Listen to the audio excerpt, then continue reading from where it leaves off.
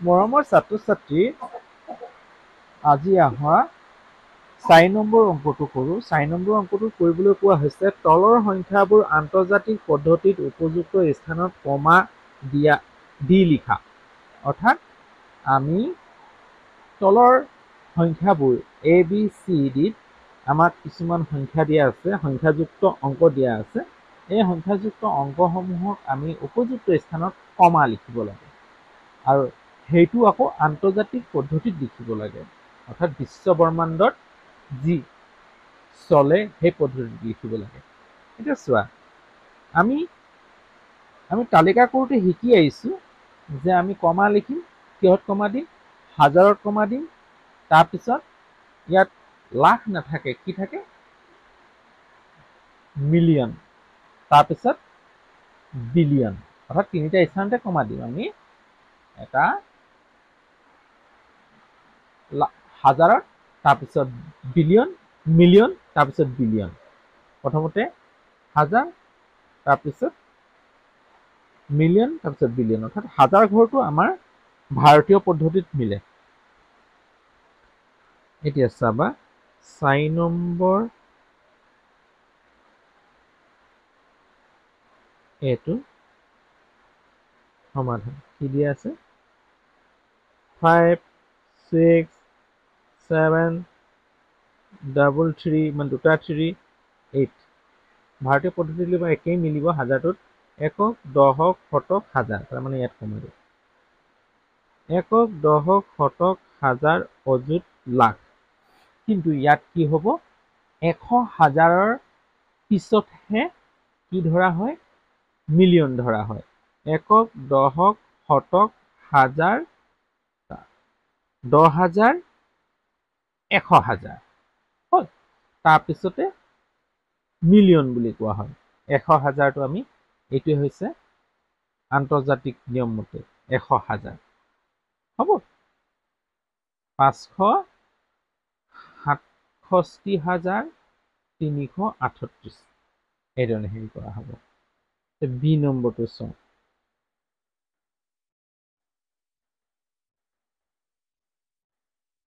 4, 8, 3, 7, 4, 5, 1। একক, দশক, শতক, হাজাৰ, হাজাৰ কমা দি দিম। একক, দশক, শতক, হাজাৰ, 10,000, 100,000, ইয়াত কমা হৈ গ'ল। কি হৈ যাব? মিলিয়ন। 4 মিলিয়ন হ'ব। 100,000ৰ পাছত 4 মিলিয়ন, অৰ্থাৎ মিলিয়ন বুলি কোৱা হয়। চি নম্বৰটো সমাধান। চি নম্বৰটো পাৰিবা নিশ্চয় তোমালোকে? নোৱাৰিবা জানো? পাৰিবা। মই জানো, বিশ্বাস আছে তোমালোকে নিশ্চয় পাৰিবা। এতিয়া চোৱা কেনেকৈ গণিছো। একক, দশক, শতক, হাজাৰ কমা লাগিব। একক, দশক, শতক, হাজাৰ, 10,000, 100,000, তাৰপিছত মিলিয়ন।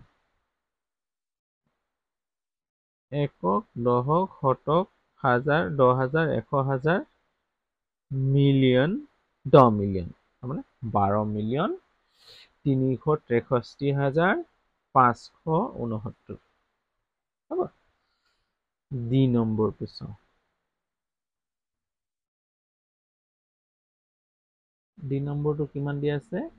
385, 385, 6, 9, 8, 9, 3, 7। 385, 6, 9, 8, 9, 3, 7 কেনেকৈ পৰিছে? একক, দশক, শতক, ক'ত আহিব ইয়াত? হাজাৰ। একক, দশক, শতক, হাজাৰ, 10,000, 100,000, million, 10 million, million, 10 million, 100 million. 100 মিলিয়নৰ পিছতেহে বিলিয়ন আহে। এইটো হৈছে পদ্ধতিটো। ই নম্বৰ চোৱা। সমাধান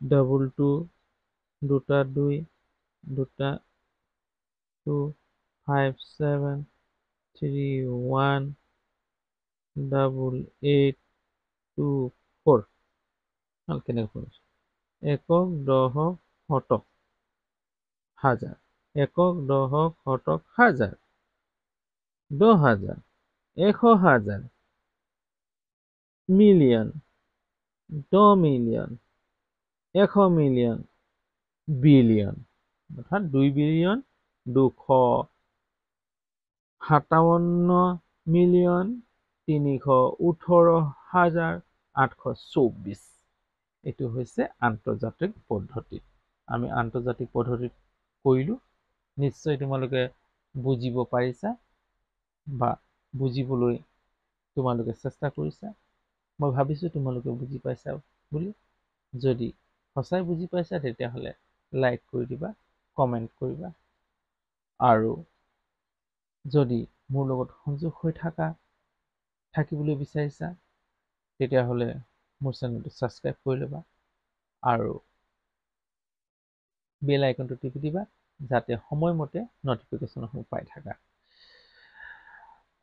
তোমালোকৰ পৰা জীৱন সুখময় হওক আনন্দময় হওক ইয়াৰে আশাৰে আকৌ লগ পোৱাৰ আশাৰে এক নতুন বিষয় লৈ